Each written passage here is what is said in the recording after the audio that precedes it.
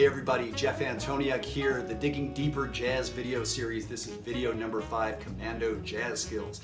And our topic today is talking about motivic playing, how to be more motivic, develop ideas in our playing. And we'll be talking about the Charlie Parker song, Scrapple From The Apple, just a little bit as well. So I tell you what, it's easy to spin our wheels when we're practicing jazz and practicing improvising.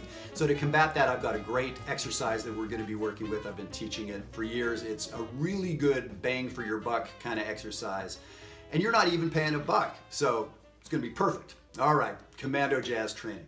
So I tell you what, before we dig into that, you want to hear something crazy? Here's something crazy. These videos are being watched by thousands and thousands of people, and I can't believe it. That's awesome. I love that people want to get that information. Here's the crazy part. About half those people are jazz pros like myself, and that's wonderful. Teachers, players from around the country and around the world. And what I'm hearing from those folks is, you know, as jazz players, we're always looking for a way to work more, frankly, just trying to make a living, right? Or do better work. We get busy, but the work isn't the greatest. The students aren't really engaged, that sort of stuff. So I'm talking to a lot of jazz pros about how to bump up their business, bump up the creativity in their teaching, frankly, the income, right? So, cool. Now here's the crazy thing. The other half of the folks that I'm hearing from are adult amateur players. And these are folks who don't have a place to play. You're on YouTube, you're online trying to learn how to play jazz. That's great. You pick up some great tips from here or other places, but now you want to play in a band or get some mentorship, meet some people in your community. Where's the community? That's what I'm hearing. So there's the crazy part. Half of you have this product, the other half are dying for this product. It drives me nuts. So that is why I'm doing these videos. I mean, I love to teach, I love sharing good information. I hope you dig what you hear on these videos. That's great. But the real reason I'm, doing these videos, the mission is to try to connect folks, right? So try to get these jazz professionals doing this fabulous work of connecting with these adult students. They're the best students in the world. This is meaningful stuff to them. So that's kind of what this is all about. So I want to hear from both of you groups. That's who I want to hear from. Now, I'm in the Washington, D.C. area. If you happen to be in this area, you could attend Maryland Summer Jazz, our summer workshop. That's a way that I connect adults, like some of the best faculty members in the country, like Grammy winner kind of people, with adult students. We do that every year. I have about 100 regular adult students who do jazz band masterclass, our twice a month workshop. So that's great if you live in this 4 or 5 state area. That's a way that we can connect. But I tell you what, so I'm training jazz professionals like myself around the country to do this type of work, start their own business. So if you live in New York City, Russ Nolan just finished up working with me, a great, great player and educator in his own right, but he's just launched his new business. It's Jazz Lab NY, jazzlabny.com, Russ Nolan. In Bethesda, Maryland, Paul Bangzer and Jazz Lab Bethesda. I'm working with 2 guys. If you live in Sarasota or if you live in Philadelphia, the guys I'm working with right now are opening their businesses this fall. So that's what I'm talking about. Adults around the country are going to have a place to put this information into action. And so I want to hear from you. If you're in an area where you would like this kind of thing, that's what I need to know. I can connect you with somebody. Or if you're a jazz player wondering what you're going to do to bump up your business or how are you going to double your income, I'd like to talk to you too. So that's what these videos are all about, and I just want to connect these 2 groups of people that are listening to this at the same time. All right. Get me at, by the way, jeffantoniuk@gmail.com. Send me an email. Let me know what's up. Okay, so let's dig into this Commando Jazz skills thing. So we're talking about playing more motivically. The idea, and all that means is taking an idea and developing it and expanding it. That's what a great architect does. That's what every good movie in the world does, or every good book, or every good short story, is taking an idea and expanding it and developing it and letting a theme spin out. That's what classical music is. That's what Beethoven's Fifth Symphony so famously did, right? So, and today, there's a million ways to do that. People spend their entire lives learning all of the million ways that we can develop a theme. Today, I want to talk about transposition. That's a really good one for jazz musicians. And it's a good one for our brains to get ourselves thinking that way. And I fell upon calling this commando training years ago because it struck me that this ability to take, just as you're improvising, you play a little idea. Most of us will immediately discard that and move on to the next idea, immediately discard that and move on to the next idea. So a lot of us think, oh, I don't have very good ideas, or oh, I need to learn some cooler stuff. My answer is no, you keep throwing out great ideas, right? So you're like, all the coffee shop philosophers sitting around, oh, here's a brilliant idea. I'm going to do this. I should do this. Well, how about actually just do one of them? It's hard, right? That's the hard part. So whatever you play, learn to develop it. And transposition is one route to do this. So here's the idea. This is the long and short of the exercise. Every day, you're going to come up with a disposable lick. And by that, I mean a terrible idea. Can you do that? Are you good at terrible ideas? I can come up with a million of them. But I'm talking about something that is so simple, you wouldn't even call it a lick. So let's say this, 1, flat 7, 1. So I'm in the key of C. It's just 2 pitches, right? But I conceptualize the first one as 1, a C. The second one is flat 7, a B flat concert up to C. That's my lick. Not much of a lick, right? So here's what I want you to do with it. I want you to play that lick through various root motions. And I've got a handout here that I would love to send you, a 2-pager that sort of talks about this. So I'm going to talk about the circle of fourths right now. So here is what I suggest you do. Let's say you pick that lick. So that's one of our variables, the lick. What's the lick going to be? The second variable is the root motion. There's many types of root motions. Pick a root motion. The third variable might be our tempo. And so here's the commando part. So I'm going to count myself in, and I'm going to go around the circle of fourths, and I'm going to play that lick in time and see if I can get it all the way through the circle of fourths. As I'm trying to remember the circle of fourths, I'm trying to transpose this lick. You get it. It'll sound terrible if you're doing it right. 1, 2, so I might play.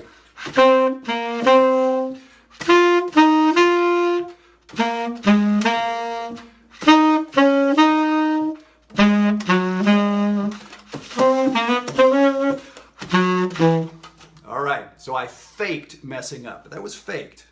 I didn't mess up. But you get the idea. If you mess up, keep going in time. When you're doing commando training, when you're in basic training and you slip and fall in the mud, people don't stop and help you up. You've got to keep going. That's the commando part, the tempo part. So the whole time I'm struggling to remember, oh my God, what's the next stop around the circle of fourths? Oh, it's an A flat. Oh my God, what's the flat 7 in A flat, et cetera, right?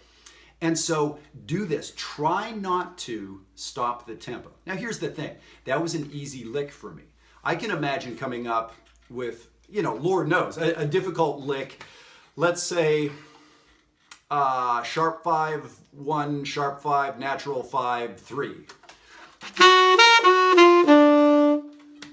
I'm just trying to come up with something crazy that I know I won't be able to pull off. Sharp 5, 1, sharp 5, natural 5, 3 around the circle of fourths. I messed it up already.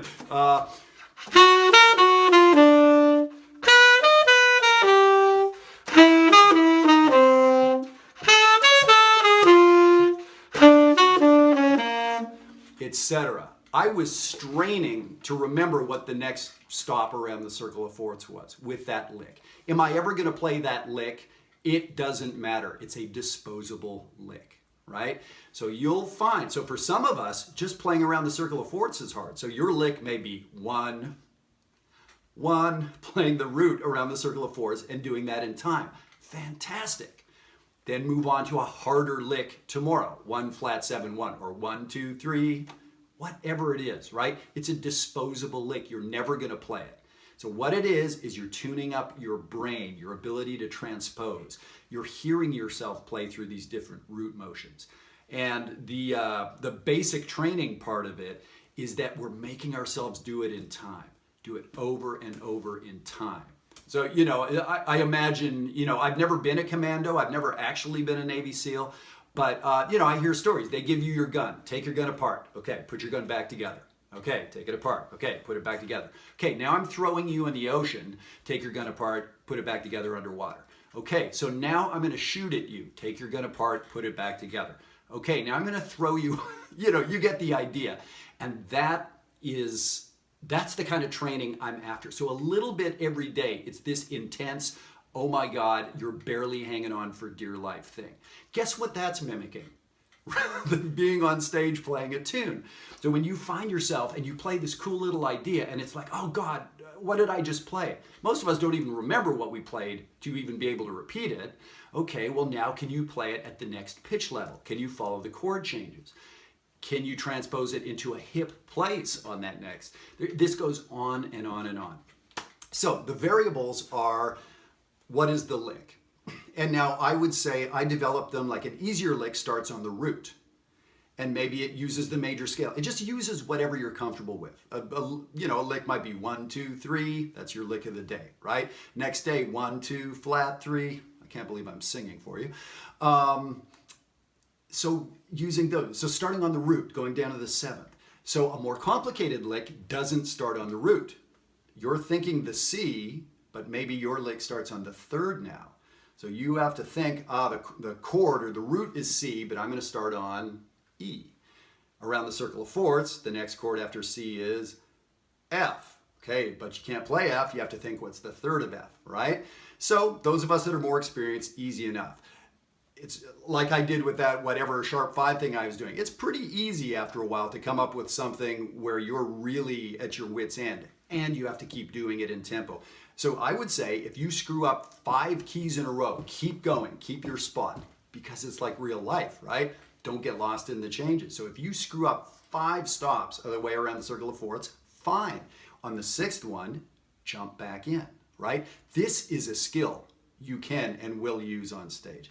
So that's kind of the idea. First variable is what's the lick. That could be anything. Second variable is root motions. And again, this is what the handout looks like.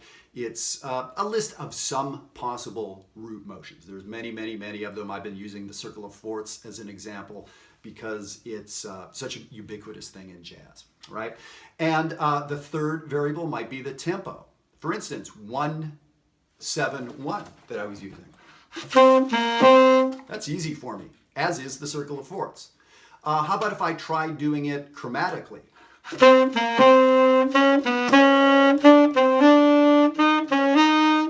Fair enough. How about if I speed up the tempo? I messed up.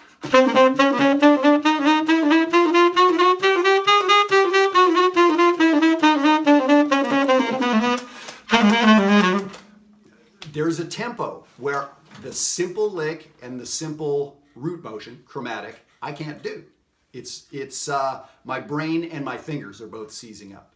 You can see, right? Do this every day with some embarrassingly simple lick. Don't even call it a lick. That's not the right way to think about it. All right. So I tell you what, I'm going to play Scrapple from the Apple really quickly. And I'm just going to use the A sections. Here's what it looks like. It's just a simple tune. And by the way, I'm going to be using this tune on the next video. So get familiar with it and we'll sort of dig into it further on the next video. So I'm just going to use the A sections and I'm going to use that, let's call it 1 flat 7 1 and see if I can sort of play through these changes, improvising with it. Now here's the thing, after a while, to me it's just a descending whole step. So after a while, I may start transposing it into different places in the chord. There's other places in a C chord or a C7 chord or whatever it is where there's neighboring whole steps. 2, 1, 2 would also work. So anyway, I just want to give you a little idea of what this can sound like when we're improvising. And this isn't supposed to be a great solo. I'm just going to be using that theme a bunch, overusing it certainly.